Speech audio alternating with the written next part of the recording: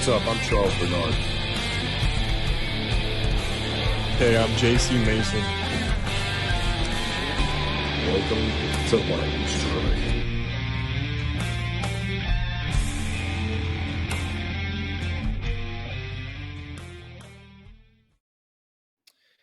Bonjour tout le monde et bienvenue à Lightning Strike. Moi et Charles, on reprend le podcast en 2024 en force avec un invité de marque, Jasmin Roy. Bienvenue à notre podcast.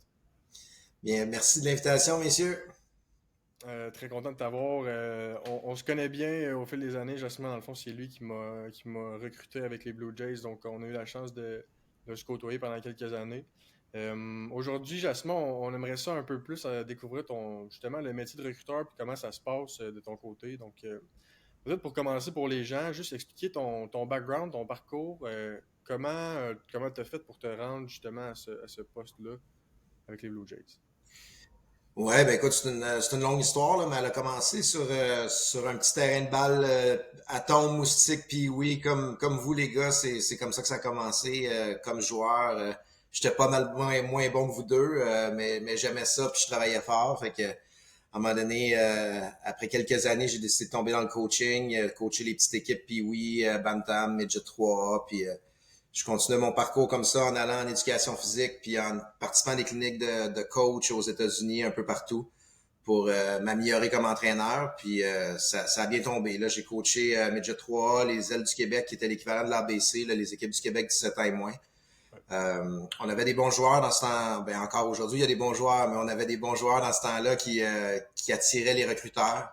Fait que vu que j'étais entraîneur des lanceurs avec l'équipe des Ailes, puis on avait deux joueurs là, qui étaient vraiment ciblés pour être recrutés.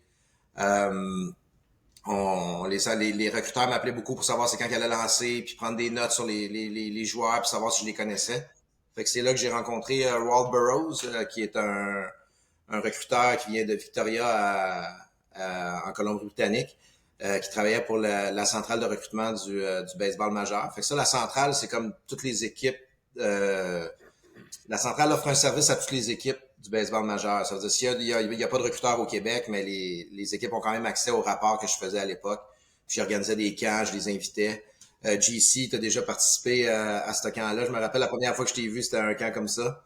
Fait que j'étais avec la centrale à ce moment-là, mais après ça, ça faisait quelques années là, que les Blue Jays me disaient ça serait le fun que tu viennes travailler avec nous. On a besoin de quelqu'un comme toi, mais il y avait un changement de management à ce moment-là, donc ça a pris 2 ans. Puis après 2 ans de discussion, ben tout est bien tombé. Là, j'étais avec les Blue Jays depuis 2017. C'est mon petit parcours dans le monde du baseball comme coach, recruteur. Puis là, ça va bientôt faire. Ça fait 21 ans que je fais ça, fait que ça passe vite, C'est la barbe blanche, c'est ça que ça veut dire. Ça te va bien, ça te va bien. Dans le fond, moi, je serais intéressé de savoir à quel point c'est... Tu sais, je comprends que maintenant, tu fais du recrutement plus au Québec puis dans le reste du Canada. Ouais, ben c'est sûr que tu sais, je vais toujours avoir un parti pris pour les joueurs du Québec. Si je suis capable de donner l'opportunité à un Québécois là, de vivre son rêve puis d'être entouré de professionnels pour développer son potentiel, je vais le faire. En même temps, c'est une job que tu peux pas juste favoriser des joueurs pour favoriser des joueurs. Tu sais, si je pousse des gars qui méritent pas d'avoir leur chance, ben ça ferait pas 21 ans que je ferais ça. Tu sais, fait que je m'assure dans le fond de pas manquer aucun Québécois. Puis oui, les Canadiens aussi, je les aime, puis les Américains, ben ils sont pas sur mon territoire, fait qu'ils me dérangent un peu moins les autres là. Mais oui, c'est vraiment le Canada au complet que je recrute. Ça me permet de voyager pas mal au Canada, aux États-Unis, en République dominicaine. Fait que mais si je peux donner la chance à un Québécois de vivre son rêve, comme c'est arrivé avec JC, avec Nick Deschamps, c'est sûr que ça ajoute un petit plus pour moi. Là. Mais tu sais, je me demande aussi, tu mentionnes aussi que c'est important de rester égal avec tous les Canadiens. Comment ça se passe ton processus de recrutement? Est-ce que tu as certains protocoles qui te sont imposés par l'organisation? Est-ce qu'ils te font confiance? Puis c'est tout avec ton œil? Sur quoi tu te bases? As-tu beaucoup des stats ou whatever? Je me demande comment ça se passe, tu sais, quand vous prenez des notes et tout ça. C'est quoi concrètement que vous faites et que vous regardez? Les différents systèmes. Il y en a que c'est juste du recrutement, puis après ça, c'est juste un coup le joueur est recruté, ça va dans le développement des joueurs, puis ça se parle pas trop. Nous, il y a beaucoup de recherches, beaucoup d'études du côté du développement des joueurs. Fait qu'il y a vraiment des meetings où est-ce qu'on se rencontre. Puis là, les équipes de développement commencent à nous parler, nous dire, OK, ben on a plus de succès avec des joueurs qui ont tel profil. Il y a des équipes de chercheurs aussi qui regardent tous les repêchages des dernières années. Ils ont pris comme tous les gars qui étaient repêchés loin dans le repêchage, puis qui se sont rendus dans les majeurs, puis qui ont comme overachievé ce que les recruteurs pensaient, pour regarder dans tous les tests psychométriques qu'on fait faire aux joueurs, c'est quoi les critères qui reviennent. Fait que c'est certain qu'on peut nous dire, ben si quelqu'un il fait attention aux détails, si quelqu'un est capable de gérer la pression, si quelqu'un a du caractère, qui reste toujours optimiste, même quand ça va mal, parce que les mineurs, des fois, c'est pénible, là, ça peut être tough, mais si tu restes toujours optimiste, même quand ça va mal, de dire tu sais que ça va réussir, ben c'est des qualités qu'on va chercher. Fait qu'on regarde les qualités physiques, JC, là, comme tu connais, là, le côté physique au baseball, c'est souvent les cinq tools, là, la course, le bâton pour la puissance, la moyenne, le bras, la défensive. Mais ça va aussi avec les stats.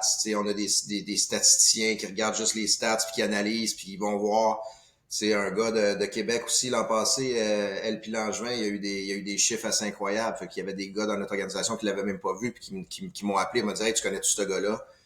Fait que là, on pouvait jumeler, moi, ma connaissance que j'avais, les rapports que j'avais faits avec eux, ce qu'ils voient. Puis ça nous permet d'avoir une meilleure lecture sur les athlètes. Mais ouais, c'est beaucoup d'informations, beaucoup d'échanges de données pour essayer de placer le joueur à bonne place là, dans notre rang. OK. Puis c'est intéressant tout ça. Puis moi, j'ai envie de savoir, tu sais, ça arrive que tu dois recruter des gars qui jouent dans différentes catégories. Puis je me demande c'est quoi le processus que vous empruntez. Dans le fond, tu dois te fier plus au Matrix dans ce temps-là qu'aux statistiques. Lorsque, mettons, tu recrutes un gars dans le BGEQ, par exemple, versus un gars qui joue dans la Division 1 aux États-Unis, tu sais, le calibre de jeu puis l'adversité n'est pas la même. Fait que tu sais, comment tu compares ça dans tes rapports pis tout? Ouais, écoute, ça, c'est vraiment une des différences entre le baseball et les autres sports, c'est celle-là. Tu sais, nous, on va repêcher des jeunes au Québec qui ont fini leur secondaire. C'est là qu'ils sont éligibles, ils ont 16 ans. Au high school canadien, américain, c'est 18 ans. Fait que ces gars-là sont éligibles aussi. S'ils vont dans les collèges, après ça, là, les junior college qu'on appelle, ils peuvent se faire repêcher à chaque année. Fait que t'as des gars qui vont se faire repêcher à 19, 20. Puis t'as après ça des gars qui ont fait 3-4 ans d'université qui sortent à 23, 24 ans. Fait que, tu sais, il n'y a pas aucun sport que c'est ça. Là. Les autres sports traditionnels, ils sortent tous à la même âge, puis pratiquement à la même âge. Là, si tu regardes le hockey, c'est toujours à 18 à peu près. Mais ça amène tellement de variables. Fait que c'est sûr qu'un athlète de 23, 24 ans qui a joué dans la NCAA, dans le baseball universitaire, ce que tu vois, c'est pas mal ce qu'il y a. Fait que c'est what you see is what you get. Fait que c'est sûr que il y a moins de risques. Mais en même temps, les jeunes de 16-18 ans, ben tu peux rêver un peu plus, puis c'est peut-être ces gars-là qui vont devenir éventuellement incroyables s'ils se développent comme on pense. Fait que c'est vraiment complexe. Puis, je te donne un exemple, je m'en vais en Floride une année pour voir Bo Naylor. Pas Josh, mais Bo, le receveur qui est avec les Indians de Cleveland maintenant. Bo, il est avec l'équipe du Canada, il a 18 ans. Même pas, je pense qu'il avait 17 à l'époque. Il joue avec un bâton de bois contre des gars, des mineurs, du pro, qui sont dans le A, qui lancent à 94 000 à l'heure. Il y a un camp que il fait un bon coup sûr, des retraits au bâton, il se bat, mais tu vois pas tant ça de résultats. Ça, c'est ma game de l'après-midi. Le soir, je traverse la Floride au complet pour aller de l'autre côté. Je m'en vais voir Connor Scott, qui a 18 ans, 6 pieds 4, qui lance à 88, mais qui joue high school américain avec un bat d'aluminium. Puis le lanceur qui affronte, c'est un gars qui lance du 76-77, tu sais. Fait que j'en ai un qui s'est fait striker toute l'après-midi contre du pro avec le bat de bois. Puis j'ai l'autre qui est bat d'aluminium, qui est un géant qui joue avec des nains, puis qui ramasse, il lançait. Fait que le gars lance à 88, il domine toute cette gang-là. Au bat, il a fait un circuit, un trip. Tout le monde criait dans les estrades first round, first round. Puis moi, le Canadien que j'ai vu était bien meilleur que lui, selon moi, tu sais. Puis je pense que j'ai eu raison sur celle-là, parce que Connor Scott, il a été choisi 13e choix au total. Puis il est même pas des majeurs encore. Puis Bo Naylor, il est catcher. Mais quand tu parlais de, tu sais, c'est tellement complexe de voir la différence. Fait que c'est sûr que un jeune, ça va te permettre de rêver un peu plus. Alors qu'un gars de 23, 24 ans, ben, il y a moins de, le potentiel, le plafond, il est moins élevé. Mais c'est tough quand quand tu as les battes de bois, les battes d'aluminium, la République dominicaine avec des lanceurs dominicains qui lancent à 98, 99, mais que ça s'en va tout partout, c'est vraiment complexe, là. Ah, c'est ça. Ouais, Je suis j'imagine. content que tu confirmes mes, mes pensées, parce que c'est ça, ça doit être quand même tough.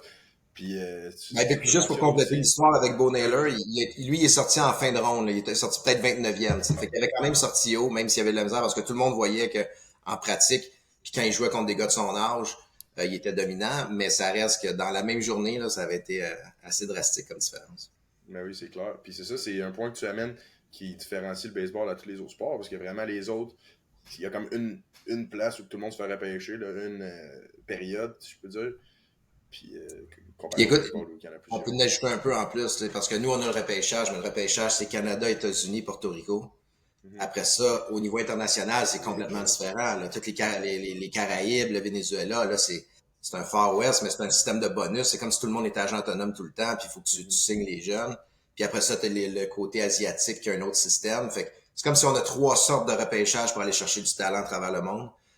Comparativement au hockey, qui est comme, tu as l'Europe, tu as le Nord-Américain, puis c'est assez structuré. Là. C'est ça. Puis tout le monde se fait repêcher pas mal en même âge. Ouais. Ça, pour les gens qui connaissent moins ça, la période de signature dans l'Amérique du Sud et tout ça, la République dominicaine, comment ça fonctionne? Est-ce que telle équipe a plus d'argent d'assigner selon le rang dans lequel il finit? Comment on réglemente ça pour pas que mettons, les Yankees signent les 50 meilleurs? Ouais, c'est ça. Chaque équipe a un pool selon son rang. Fait qu'une équipe qui a plus de difficultés va être avec un pool plus élevé. Puis, mais je te dirais, après ça, c'est vraiment les connaissances, les contacts, les jeunes avec qui on fait des liens. Fait que, tu sais, c'est pas nécessairement avec puis les jeunes sont repêchés beaucoup plus jeunes, puis souvent ils ont des ententes aussi avant leur âge, fait que tu le sais 2 ans à l'avance que, tu sais, Vladimir Guerrero, quand on l'a eu je pense qu'il avait 16 ans à 3,9 millions, mais, tu sais, ça faisait déjà plusieurs mois qu'on le savait qu'il avait accepté d'être avec nous, là. Fait que c'est vraiment des ententes. Fait que c'est là que c'est important d'avoir des relations puis des gens qui connaissent beaucoup de monde dans l'Amérique latine. Okay. C'est tout un réseau pareil. Parlant de réseau de contact, justement, Jasmin, tu as eu la chance de côtoyer beaucoup de gens dans le domaine. Tu voyages partout. As-tu des rencontres en particulier que tu pourrais nous partager dans le monde du baseball qui t'ont marqué? Quel type de personnes t'inspirent ou des gens avec qui tu t'entends bien et qui t'inspirent dans le milieu? Ben écoute, c'est certain que des recruteurs qui sont là depuis longtemps. Tu sais, Walt Burroughs, pour moi, ça a été pas mal mon mentor. Au Québec, quand je commençais à coacher, Alex Agostino était déjà recruteur à ce moment-là. À chaque fois que j'avais une chance d'apprendre de lui, de le suivre, c'est toujours des belles discussions et des belles rencontres. Tu sais, des fois, tu t'en vas voir un tournoi pendant 3-4 jours puis il pleut, ben t'es juste avec des recruteurs, tu sais, fait que le gars qui m'a amené au Blue Jays, Jamie Lehman, c'est un ami aussi, c'est un ancien joueur. Lui avait été recruté par Alex Antopoulos quand Alex était avec les Expos. Fait que Jamie avait signé aussi assez jeune, là, à 17-18 ans pour être avec les Expos. Puis quand sa carrière a fini, les Blue Jays lui ont offert là. Fait que c'est avec lui j'ai eu beaucoup de discussions quand ça a été le temps de transférer de la centrale directement là, avec les Blue Jays. Quand je suis allé à l'école des scouts, je te dirais, JC, ça a été un moment aussi que j'ai fait plein de belles rencontres. L'école des scouts, c'était 2 semaines au mois d'octobre à Phoenix. Cette année-là, j'avais été invité comme entraîneur invité pour aller avec l'équipe canadienne junior, là, avec Greg Hamilton. Puis il avait vraiment fallu que je fasse un choix entre les deux. Tu sais, fait que c'est sûr que la baseball majeur m'envoyait là, c'était eux autres mon employeur, tandis que Baseball Canada, il m'invitait, puis ça aurait pu me permettre peut-être de coacher cette équipe-là éventuellement comme entraîneur des lanceurs, quoi que ce soit, mais j'avais décidé finalement d'aller avec l'école des scouts, puis Greg Hamilton, qui est un coach, une autre personne qui est vraiment incroyable au Canada pour le baseball. M'avait même dit, ça va être mieux pour toi ta carrière d'aller à l'école des scouts. Mais là-bas, ça a tombé que j'étais avec des anciens joueurs des Expos. Mike Thurman, peut-être que vous ne connaissez pas, c'est un lanceur droitier qui a fait une couple d'années dans les Expos. Fait que moi, j'étais là, le kid du Québec, autour de la table, à apprendre comme lui. Puis lui, c'est un gars du baseball majeur qui a joué pour les Yankees, qui a joué pour les Expos. Puis on se parle de Montréal, puis comment il a aimé ça, puis tout le kid. Puis les deux, on était au même niveau. Là, on commençait comme recruteur. Lui, il avait joué, mais malgré tout, comme... Fait que ça a été une belle rencontre. un gars de Québec qui a été vraiment un de mes mentors dès le départ quand j'ai commencé à coacher, c'est André Lachance. André Lachance, maintenant, il travaille pour le Cirque du Soleil.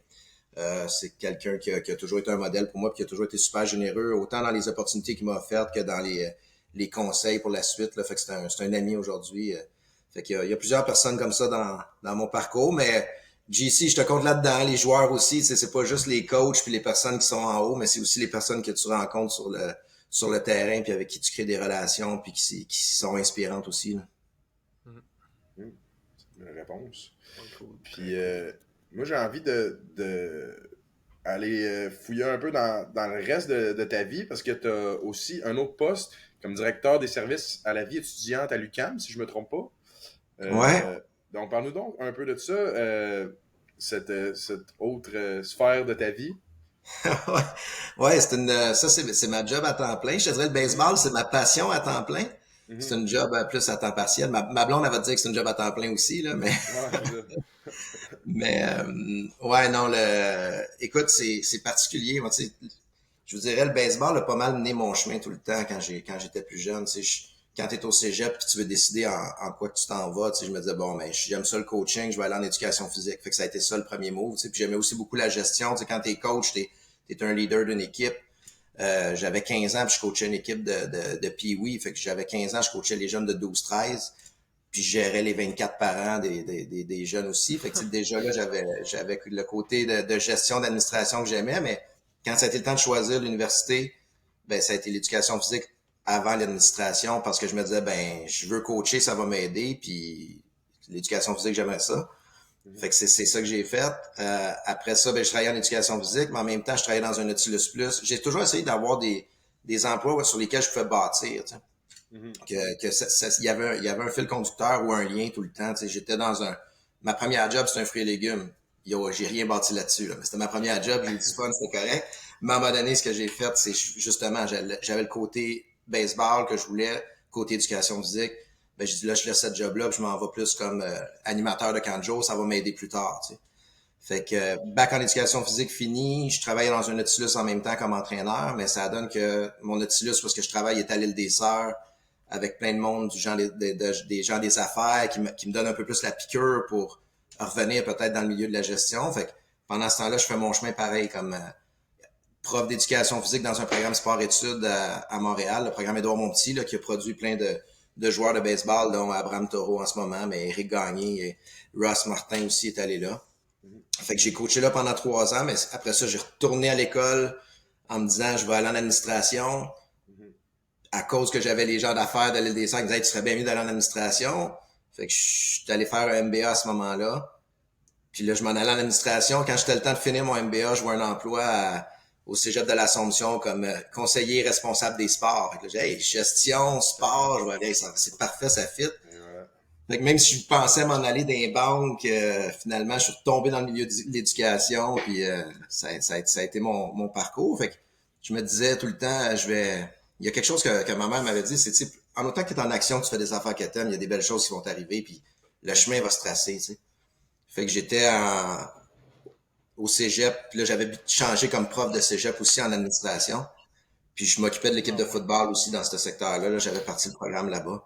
Fait que j'avais encore gestion, sport, les deux côtés, puis je m'étais dit, hey, la job de cégep, c'est peut-être c'est un beau milieu, tu sais, la vie étudiante, la gestion des équipes sportives, l'impro, tu travailles tout le temps avec des jeunes. Fait que je m'étais dit à ce moment-là, même pas. Juste avant ça, je recule un peu. Non, je m'étais dit, je vais aller dans ce job-là. J'avais des filles à ce moment-là, 1 an, 3 ans. Fait que je m'étais dit, quand ils vont arriver à l'école primaire, je vais appliquer sur une job de gestionnaire à la vie étudiante. Puis finalement, il y avait 1 an, 3 ans, la job du cégep à côté de chez nous s'ouvrait. Puis là, au niveau de l'administration, comme professeur, j'avais des projets avec la direction là-bas, mais j'ai dit, je vais l'essayer. Tu sais, de toute façon, à 32 ans, gérer une équipe de 80 personnes, puis je me disais, ça marchera peut-être pas, mais on va l'essayer pareil. Puis finalement, ça a fonctionné. Fait que c'est là que je suis tombé un peu dans le côté gestion vie étudiante au niveau collégial. Puis ben, avec les années, les responsabilités augmentent. Au début, je te dirais, je m'occupais beaucoup de tout ce qui était service professionnel. Tu sais, ça veut dire dans les écoles, t'as la classe, mais à l'extérieur, t'as des psychologues, t'as des conseillers d'orientation, t'as les prêts bourses, t'as un centre sportif, Fait que tout ce qui était les services aux étudiants, puis t'as la vie étudiante, parascolaire, groupe étudiant. Fait que ça, c'était pas mal le premier poste que j'ai eu. Puis après ça, ben, en prenant la direction éventuellement de tous les services, là, j'avais le centre sportif aussi qui s'ajoutait. Éventuellement, on m'a ajouté les coms parce que j'avais fait mon certificat puis mon MBA en marketing. Fait que t'as tout le temps des belles opportunités. Puis c'est vraiment avec le baseball que j'ai fait mon modèle, tu sais, parce que quand j'ai été appelé, tantôt je vous parlais du moment Greg Hamilton avec l'école des scouts. Tu sais, au même moment, j'avais mis bien du temps dans le baseball parce que je suis un passionné puis j'adorais ça puis je comptais pas mes heures. Puis en m'allant dans le baseball, c'est arrivé que j'étais à l'école Édouard-Montpetit. Le coach des ailes vient, il voit comment je travaille avec les jeunes, il m'appelle, tu veux-tu coacher les ailes? Je suis chez nous en train de me faire des côtes de passe sur le barbecue. Walt Burroughs m'appelle. Tu veux-tu être recruteur pour la centrale de recrutement? Après ça, Greg Hamilton m'appelle. Fait que j'ai comme fait, tu sais, avec mon modèle de baseball, à un certain moment, j'ai dit, OK, là, je retourne à l'école, puis je m'arrange pour que travailler fort plus du côté de ma carrière, laisser un petit peu le baseball. J'avais laissé tomber les ailes à ce moment-là, j'avais juste gardé le recrutement. Puis je me suis dit, tu sais, si le pattern va aller, ben les opportunités vont venir aussi dans ce modèle-là. Puis c'est carrément ça qui s'est passé. Tu sais, tous les livres qu'on voit de pensez-y, puis ça va vous arriver, là, c'est pas mal le modèle. Ça a marché. Ouais, c'est ça. Puis là, ben, l'université, c'est pendant la pandémie, là. Fait qu'après, après 15 ans au cégep, là, j'ai gradué à l'université.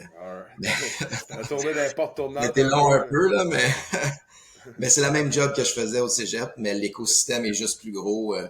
Il est sur les stéroïdes, je te dirais, là. Fait que c'est un beau défi. C'est toute une histoire, honnêtement. C'est tellement varié. Puis c'est un bon message aussi de quand tu mets tes énergies, puis le même pattern peut fonctionner dans différentes sphères. Tu es aussi venu compléter ça avec le certificat en gouvernance de société. J'ai vu ça passer récemment. Ça vient compléter tout un résumé. Pour quelle raison? Ouais, ben écoute, je suis en gestion, tu sais, dans un poste de direction, je suis sur des conseils d'administration, dans les personnes, dans les personnes, tantôt tu parlais des mentors, tu sais, j'ai pas parlé des mentors que j'ai eus au niveau collégial puis universitaire, mais tous mes directeurs ou mes directeurs généraux avec qui j'ai travaillé dans le monde des cégeps, ça a été des super coachs, des super mentors aussi, là. Puis la plupart avaient un background sportif aussi, fait que ça, je trouvais ça intéressant, on connectait quand même. Puis mon premier directeur général là, au cégep Édouard-Montpetit, quand il a pris sa retraite, il avait fait ce cours-là, lui, puis pour faire être sur des conseils d'administration, comprendre la gouvernance, faire des rôles de consultant. Fait que c'est sûr qu'à l'université, ben je suis déjà sur certains conseils d'administration. À l'université, on travaille avec des associations étudiantes qui ont leur propre conseil d'administration aussi. Fait que c'était l'idée de dire, ben je continue à me former, tu sais. Je pense que j'aime ça, l'école. Pas juste l'école. Puis j'étais pas nécessairement encore là, j'étais pas le meilleur à l'école, mais quand j'ai un sujet que j'aime, puis le collège d'administrateurs de société de l'Université Laval, c'était 5 modules, à peu près 3 jours, avec des lectures, des vidéos avant, fait que ça fitait avec mon horaire de baseball de l'université.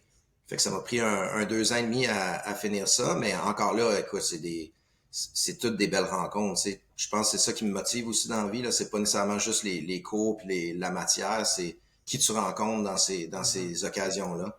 Fait que les profs les profs du collège, il y en a que c'est des anciens ministres, c'est des personnes du monde des affaires, c'est des professeurs d'université qui ont des belles carrières qu'on voit dans les journaux.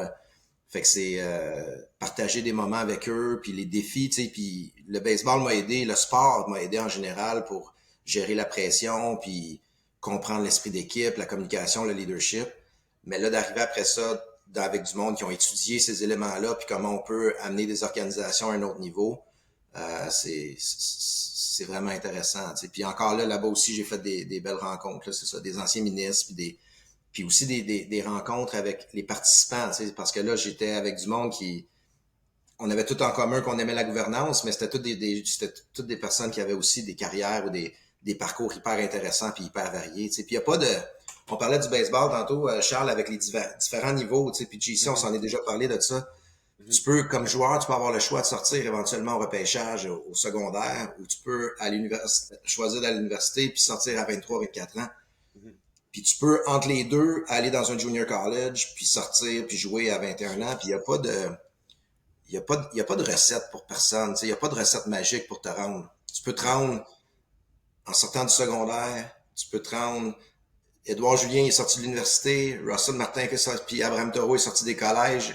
Éric Gagné, il a été allé dans le collège aussi, mais il y en a d'autres qui se rendent après le secondaire. Fait que je pense que c'est de prendre des décisions puis de regarder en avant tout le temps. Puis c'est ça dans les parcours que je vois. Tu sais, tout le monde qui était à cette école-là ou ce collège-là ou ce cours-là, il y avait des belles réalisations, mais il n'y avait pas de recette magique, là. Je trouve ça fun que tu parles de ça. Je trouve ça fun aussi que tu parles aussi à quel point ça, tout se ramène au point de départ qui est le baseball, qui t'a appris des belles leçons de leadership, de gestion, de passion pour le sport, puis qu'après ça, tu es capable de transférer ça dans tes relations avec les gens que tu rencontres, puis ça te permet d'avoir une meilleure compréhension des systèmes, même si c'est pas une équipe en tant que telle là, qui joue sur un terrain. Fait que je trouve ça fun. Puis tu sais, même aujourd'hui, Charles, tu sais, comme tu en parles, là, ce que j'aime, c'est oui, j'ai l'université, je travaille sur des CA avec des organismes communautaires, mais avec les Blue Jays, j'ai des rencontres avec le président qui nous parle de Rogers, comment ça se passe. Fait que c'est toutes des occasions où est-ce que j'apprends, tu sais. Puis quand j'ai commencé à coacher, je m'étais mis un autre élément. Quand j'ai commencé à coacher, moi, j'étais pas un lanceur tant que ça, tu sais. Quand Stéphane Lepage qui m'avait appelé un autre moment où est-ce qu'on m'a appelé pour aller au baseball, tu sais. Stéphane Lepage m'appelle pour aller coacher les lanceurs à l'école secondaire de mon petit. Écoute, j'étais pas un lanceur, moi là, j'étais un joueur de position.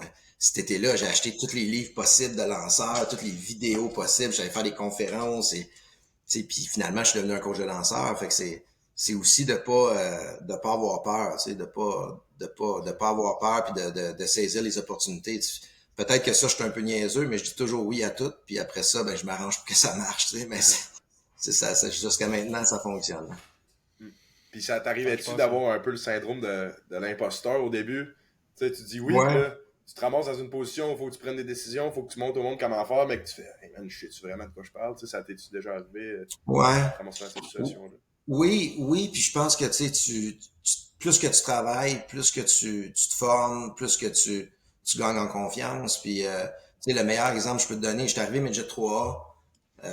Je coachais Midget 3A, puis j'avais pas joué Midget 3A. Tu sais, moi, j'avais joué Bantam 2A, puis après ça, Midget... puis j'avais changé au football après, parce que j'étais meilleur au football qu'au baseball, finalement. Mais je coachais au baseball, puis c'était ça ma passion. Mais, tu sais, j'ai coaché Midget 3, j'avais coaché Pee-wee, Bantam, Midget, j'avais fait plein de conférences. Puis là, j'arrive finalement à Midget 3 après toutes ces années-là. Puis les gars au Québec qui finissaient leur carrière junior élite à 22-23 ans, eux autres, bang, ils tombaient Midget 3. Fait que c'est sûr que tu parles à ces gars-là qui ont eu des grosses carrières junior élite. Toi, t'es le gars qui arrive du Bantam. C'est sûr que... Mais après ça, quand c'était le temps de coacher la game, tu sais, toutes les erreurs que j'avais faites, puis oui, Bantam, j'y voyais les gars qui les faisaient, même s'ils avaient joué. Puis... Fait que tu sais, il y a un coach de natation de Michael Spitz, qui est un grand... je pense que c'est ça son nom, un grand Olympien dans les années 80, il savait pas nager, tu sais, mais il voyait puis il savait comment le coacher. Fait que il y a tout le temps des parcours comme ça que tu peux regarder, te dire ok, c'est pas des parcours inspirants puis en travaillant fort, en ayant un background, en ayant des connaissances, puis ça a toujours été ces gars-là quand ils arrivaient, je n'étais pas en compétition avec eux à dire hey, il est pas bon parce qu'il a jamais coaché petite catégorie, mais c'était comme j'essayais d'avoir qu'est-ce qu'il y avait que je pouvais apprendre d'eux autres, tu sais. Puis il y en avait des affaires, là, c'est sûr qu'il y avait un vécu plus que le mien sur ce niveau-là, du moins, il y a eux autres qui avaient joué Midget 3, là. Mm-hmm. Mais je pense que tu as raison, parce que de dire que c'est pas parce que tu as été un excellent joueur que tu vas nécessairement être un très bon coach non plus. Je pense qu'il faut pas faire cette erreur-là. Comme tu dis, le coaching, c'est assez différent de le faire en tant que joueur. Tu sais, la partie communication puis la pédagogie, là, moi, maintenant, je coach un petit peu avec les canonniers, puis je le vois vraiment. Puis je veux pas tomber dans ce piège-là de devenir presque complacent, lazy, puis de me dire de m'asseoir sur ce que tu as fait en tant que joueur. Je pense que c'est assez différent, puis c'est important en tant que coach, amener quand même, puis de réfléchir, puis de comprendre les joueurs, puis tout ça. Ouais, puis tu sais, je suis sûr que tu t'es capable de donner plein de choses aux jeunes que tu as vécu dans ta carrière, JC. Puis moi, c'était l'autre chose. Tu sais, à l'école secondaire de Monti, les gars qui étaient québécois dans ce temps-là, qui jouaient des mineurs, ils venaient s'entraîner pendant l'hiver, tu sais. Ouais. Je me collais sur ces gars-là, je leur posais des questions, j'essayais de voir qu'est-ce qu'ils font dans les pros, tu sais. Il y a toujours moyen d'aller chercher la connaissance, là. Oui. Puis le fait aussi que tu travailles dans un milieu qui a plus de relations humaines, j'imagine, ça te permet aussi d'après ça, être meilleur à pouvoir aller approcher les gens puis te faire hey, puis tu sais, j'imagine que ça aussi, ça t'a aidé sur le terrain, mais d'une autre façon, là, sans être joueur, mais tu sais, de pouvoir créer des relations avec des gens, puis après ça, apprendre d'eux autres. Peut-être mieux que d'autres qui sont des excellents joueurs, mais qui savent pas comment parler à personne. Ouais, il y a un de mes profs à l'université, puis c'est devenu un ami aussi, là. Puis il s'appelle Jasmin comme moi, mais c'est pas pour ça qu'on est amis, là. Mais il nous avait dit dans un cours que le meilleur livre qu'il avait lu, c'était un livre de Dale Carnegie, puis c'est un livre qui a été vendu quasiment qui a été écrit dans les années 30, tu sais. Exact. Ah ben, tabarouette. Yeah! Ma Je lecture. le connais par cœur, ce livre-là, Charles. Je le connais par cœur. C'est pour ça que je parle de ça aussi. Là. Je viens de lire ça un matin, puis c'est encore frais dans ma mémoire. C'est juste que là, tu sais, toi, tu l'as en anglais, c'est pas pire. Le titre est pas pire, là, mais je pourrais te montrer ma version de livre de poche en arrière. Là. C'est vraiment un gars, une fille qui se donne la main avec quasiment vraiment deux losers qui se donnent la main. Puis sur le titre, c'est écrit comment se faire un ami, tu sais. T'es dans le boss, puis tu lis ça, comment se faire un ami. Là, c'est pas winner, disons. Lui, c'est pas un champion, hein. Ah non, c'est ça. Ah, c'est vrai, j'avais pas pensé au titre en français. Un peu moins. Ah ouais, non, c'est vraiment comment se faire un ami. Mais écoute, tu sais, à l'université, souvent, on te donne des grosses briques puis plein d'affaires que tu lis puis tu sais pas trop où est-ce que ça s'en va. Mais ça, c'est assez concret, c'est assez... Puis par rapport aux relations humaines, ça marche, ça, c'est sûr que ça marche. C'est toujours de dire... plus que t'écoutes les... Tu sais, il y a mon premier DG là, qui m'a parlé un peu du collège d'administrateurs. Le premier conseil qu'il m'a donné quand je suis arrivé comme gestionnaire, tu sais, je commençais à 32 ans comme gestionnaire, puis j'avais quand même confiance en moi. Fait qu'il m'avait quand même dit fais attention, là, l'arrogance puis la confiance, ça peut être proche. Là, fait qu'il faut faire attention à ça. Mais un des bons conseils qu'il m'avait dit, il dit t'as deux oreilles, mais t'as une bouche, mais t'as deux oreilles. Rappelle-toi-en. Ah, c'est ça, crime. Je suis content que tu parles de ce livre-là, mais c'est vrai que c'est très. C'est très applicable, c'est très applicable, puis concret. Là, c'est des actions concrètes qui décrit d'une façon vraiment simple. Fait que je vois à quel point ça peut transférer dans ta vie et t'aider. Je vois que tu l'as lu, c'est bon, Charles. Ben oui, absolument. Ben oui, je suis là-dessus. Là, j'ai pas fini encore, mais j'arrive. En as-tu d'autres, Jasmin, justement, on parle de lecture, des recommandations de livres pour que ce soit de milieu de la gestion ou n'importe quoi que tu juges intéressant pour nous et pour les auditeurs? Ben avec les Blue Jays, on a eu beaucoup. Puis JC, je présume que c'est peut-être même arrivé à ton niveau, mais quand j'étais avec les Blue Jays, le président et le GM sont solides aussi là, pour proposer des livres ou avoir eux autres, la culture est importante. Là. Puis Extreme Ownership, JC, je sais pas si tu l'as lu, mais tu as sûrement senti dans les mineurs que c'est comme tu sais, tu prends tes responsabilités, puis si ça marche pas, ben c'est pas à cause des coachs, c'est pas à cause de tes teammates, mais c'est à cause de c'est à cause de toi, tu sais, puis dernièrement avec Jamie, j'avais une situation que j'avais vécue avec un autre scout, puis je l'ai appelé, puis je disais hey, j'ai vécu ça, j'aimerais ça que tu m'en parles, puis la première chose qu'il m'a dit tu sais lui il était en haut de moi dans la hiérarchie, il dit je pourrais faire mieux moi aussi l'année prochaine, tu sais, fait que c'était pas juste un livre, c'était pas juste des paroles, je voyais que les gens, c'est OK, peut-être que je me suis pas assez impliqué dans ce dossier-là, puis en même temps, après ça, ben, il me donnait moi ce que j'aurais pu faire, puis mais tu sais tout de suite quel livre que je parle, hein? Ouais, ben en fait, justement, le GM a écrit un livre lui-même avec l'aide de certains assistants GM, puis le mental preparator, puis ça s'appelle le séparateur, dans le fond, c'est comme un petit livre noir. OK. Comme ça quand tu arrives dans l'organisation, puis c'est plein de recommandations de livres, justement, puis de comment, how to win, how to prepare, comment... Puis ça, ce livre-là, c'est une bible, honnêtement, là. Je l'ai dans mon... Ah, mais j'aimerais ça que tu me le montres la prochaine fois qu'on se voit. Puis il parle d'Extreme Ownership dedans, puis plein d'autres recommandations de livres. Fait que c'est un peu ça qui m'a comme rentré dans la lecture. Puis là, maintenant, ben moi et Charles, on partage un peu cette passion-là. Fait que on te pose la question, mais c'est un bon livre, ouais. J'aime beaucoup aussi les biographies. Tu sais, les politiciens, là, il y a un côté... politicien, influence, leadership que j'aime beaucoup. Fait que ça, c'est n'importe quelle biographie de politicien qui a réussi ou ils ont toujours des vies assez spectaculaires. Là. Ça, c'est toujours un filon que j'aime, là, ce côté-là. Brené Brown aussi. Je sais pas si vous avez déjà entendu parler d'elle. Elle est surtout sur la vulnérabilité. sais, d'être capable d'être vulnérable.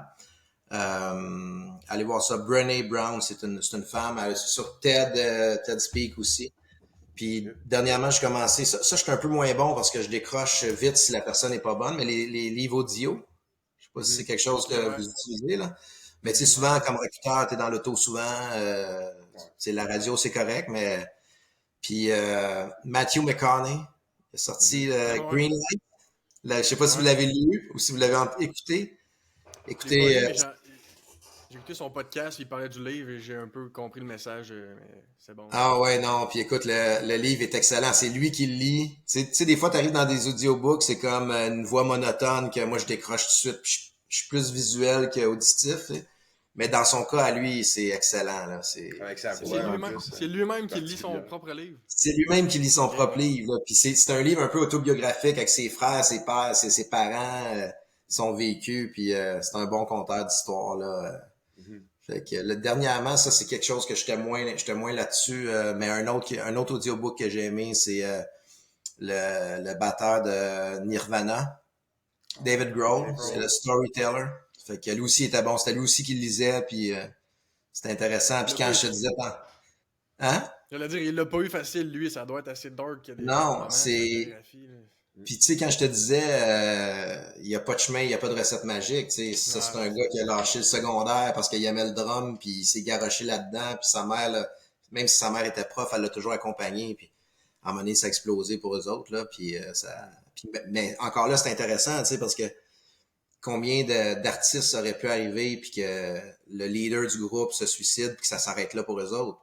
Mais lui, son histoire continue, là. Tu sais, il est parti Foo Fighter après, puis il est connu, puis tout marche. Sa vie est belle, finalement, là. Fait que celle-là, c'est rare que je vais du côté de la musique, par contre. Là. Absolument, je suis plus des politiciens des sportifs. Quand même un éventail assez impressionnant. Puis, j'avais une autre question, moi, c'est par rapport aux politiciens puis aux biographies, ça t'arrive-tu de lire des gens avec qui t'es moins en accord? Ça t'arrive-tu de lire des opinions différentes un peu? Tu dis, ouais, je sais pas, mais je vais le lire pareil. Ouais. C'est quelque chose que tu fais. Ouais, j'ai déjà lu Trump. Mais dans le temps qu'il était agent d'immeuble puis qu'il était plus dans ses premiers livres. Là. Mais ouais, non, souvent je vais essayer de prendre des gens qui sont avec qui j'ai plus d'affinité. Mais des fois, il y en a que je connais pas vraiment. Tu sais, comme j'ai lu Tony Blair en Angleterre, qui était premier ministre. Tu sais, je n'avais pas de parti pris favorable ou défavorable, alors que tu sais, tout ce qui est John F. Kennedy, ça m'intéresse, ça m'interpellait un peu plus. Ou Clinton, Mulroney, tu sais, c'était des. Mais je serais pas contre là, aller vers des gens qui ont une. Ben, j'avais lu Reagan, qui était peut-être un peu plus loin que moi, mais c'est pas mal le plus loin que j'étais allé. Là. Ouais, quand même, c'est intéressant. Mais t'en as lu pas mal des. Fun d'abord, il va falloir qu'on se mette aux biographies. Ben là, ça va falloir que vous m'envoyiez vos bons coups, les boys. Ben oui, on en a d'autres. On va se mettre là-dessus. Ouais, vous m'enverrez ça, là, ça va me permettre de me remettre à la lecture avec des bonnes recommandations. Déjà plonger un peu plus dans les méditations, puis les genres de visualisation, puis trucs de même? Pas tant que ça. Pas tant. Ça vient moins me chercher, ce côté-là.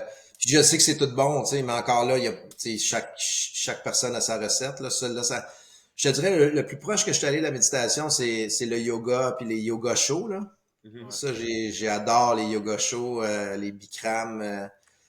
Je suis pas super flexible, fait que c'est comme, ben, je m'améliore assez vite quand même quand j'en fais un peu, là, mais ça m'aide, puis je me sens bien. C'est pas mal le plus proche que je suis allé, mais les livres pour, j'ai l'impression que je m'endormirais peut-être, là. Ah, ben, c'est pour ça que je viens de voir un livre, justement, que j'ai lu récemment, que je t'enverrai plus tard, si tu veux, là, mais ça s'appelle Becoming Supernatural par Joe Dispenza. C'était... Je fais juste une parenthèse, parce que je me regardais puis c'était juste là. Mais... Ouais, non, c'est ça. Puis j'ai en profondeur là, dans les méditations. Puis c'est sûr que c'est bon. Moi, je suis convaincu que c'est bon de le faire. Là. C'est peut-être un jour. J'ai mon neveu qui m'en parlait d'un autre là, qui était plus sur les bains froids, là, les bains glacés. Puis les. Ah ouais. Ça son trip. Ouais, vous en faites. C'est où vous faites ça? Vous allez dans les spas ou vous vous organisez vous autres même? Ben là, moi, j'en faisais quand j'étais avec les Jays, là, j'en faisais après chaque match, je faisais l'alternance, puis là, mais là, j'en ai pas. Je sais que ça s'achète, là, peut-être un jour investir dans ça s'appelle No Recover. On a un promo code On a un pour code ça. promo en passant. Vous allez voir, il y en a dans la bio. C'est comme un petit bain que tu achètes, tu places ça à l'extérieur, puis ça garde l'eau vraiment frette. Fait que c'est assez abordable, je pense. Là, mais Ouais, pour c'est l'instant, 150 non. pièces, je pense. Mais j'aimerais un jour investir là-dedans. Ouais, j'ai un de mes collègues qui m'a parlé de ça, une espèce de sauna portatif Ouais, genre. euh, puis il est là-dedans aussi, là, c'en est un avec qui on échange pas mal sur des livres puis des Ok. techniques. Mais Ah, c'est le fun. toujours intéressant. Ben oui, ben oui. Hey, peut-être pour en conclusion, Jasmin, t'as 2 filles. Ouais. Juste peut-être finir, comment tu fais pour concilier tout ça, toute cette aventure, tous tes projets, tes voyages avec la vie familiale? Tu sais, je pense que tu es proche de ta famille quand même. Donc, comment tu fais pour avoir le temps de dealer avec tout ça, peut-être en terminant? Écoute, c'est une bonne question. Je cherche encore la recette. Non. Ben, écoute, tu sais, le temps que j'étais avec eux, j'étais avec eux, là, mais, tu sais, à un moment donné, il y a comme une question d'équilibre dans tout ça, puis j'ai pas réussi à avoir bien du succès avec l'équilibre. Tu sais, dire, OK, je fais ça. Fait que je suis comme plus arrivé à l'idée de dire, ben, on sera pas des équilibristes, mais plus, on va tout intégrer ça ensemble. Fait que, tu sais, le cégep, là, j'avais plein d'activités le soir, les fins de semaine, des shows, des shows étudiants, des ci, des ça, mais mes filles, ils venaient avec moi. Fait qu'ils ils ont découvert le cégep, ils venaient à des pièces de théâtre, ils venaient à des... Fait que oui, je travaillais, mais ils étaient là. Quand je fais des voyages de baseball, on peut aller en Floride ensemble, ou j'allonge un peu, on va à Walt Disney. Fait qu'à quelque part, j'ai toujours trouvé que quand je suis dans un modèle de il faut que je sois plus équilibré, ben ça veut toujours dire qu'il faut que j'enlève quelque chose que j'aime pas, que j'aime trop, ou que. Fait qu'il y a toujours quelqu'un je m'en vais au baseball, les gens de baseball sont contents, la famille est pas contente, je m'en vais. Fait que je pense que c'est l'idée, c'est de prendre soin de ton monde autour de toi, pareil, tu sais, puis de trouver des façons. Puis ça a toujours été clair. Tu sais, je suis bien entouré, là, autant du côté de ma famille, mes parents, mes sœurs, mais ma conjointe, je pourrais pas tout faire ça s'ils étaient pas là.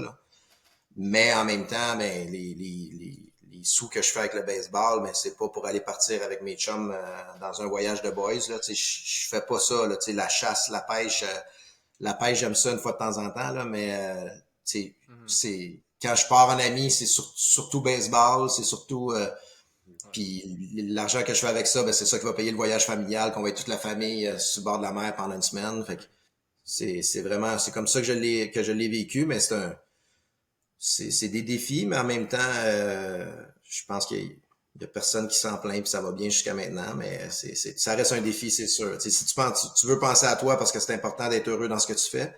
Puis je pense que quand tu es heureux, ben les gens qui sont autour de toi sont. Mais c'est sûr que quand je suis là, j'essaie d'en donner le plus possible. C'est une belle réponse. C'est un processus qui continue encore aussi, qui continue Ouais. de devenir meilleur chaque jour. C'est ça. Puis tu sais, je te dirais souvent quand tu sais, pour moi, c'est bon le baseball, c'est de faire plusieurs choses diversifiées. Tu sais, il y a plein de monde qui font mon travail, puis c'est un travail qui peut être stressant, puis qui font juste ça. Puis tant mieux pour eux si c'est ça leur façon de gérer ça. Mais moi, de partir voir un match de baseball après une grosse journée, ben ça me permet juste de dire, ben OK, il y a d'autres choses. Puis peut-être que la grosse affaire qui était bien importante le matin, puis qui prenait toute mon attention, ben quand j'étais en Floride après pour aller voir un match de baseball le lendemain, je me disais, hey, finalement, c'est pas si pire que ça. Tu sais, c'était des fois quand t'es proche de quelque chose, tu vois comme plus rien. Là. C'est comme tu sais, la game de hockey, quand t'es le premier rang en avant là, de la vitrine, là, les gars sont gros puis ils vont vite. Là. Mais quand t'es le dernier en haut, en arrière, là, ça va pas si vite que ça sur la glace. Puis finalement, je peux peut-être jouer avec eux autres. Tu sais. Fait que des fois, quand j'étais en Floride, j'étais au baseball, mais le recul que ça me donne sur ma job, je pense que je suis meilleur un peu partout à cause de ça. Très intéressant. Une belle leçon de perspective. Moi je suis très d'accord avec ça. J'essaie souvent de me rappeler, mettons, 2-3 journées où tu te sens moins bien. Quand tu te rends compte de ce que tu fais, puis de la gratitude ou comment on vit, puis on est chanceux d'avoir ce qu'on a, ben là, tu recules de l'arbre, puis tu vois le grand décor, puis souvent ça te ramène, ça te recentre. Ah ouais, c'est quand t'as quelque chose qui file pas, là, c'est tellement gros dans ta tête que tu te dis c'est fini. Puis après ça, tu regardes ce qui se passe en Ukraine, tu regardes ce qui se passe en.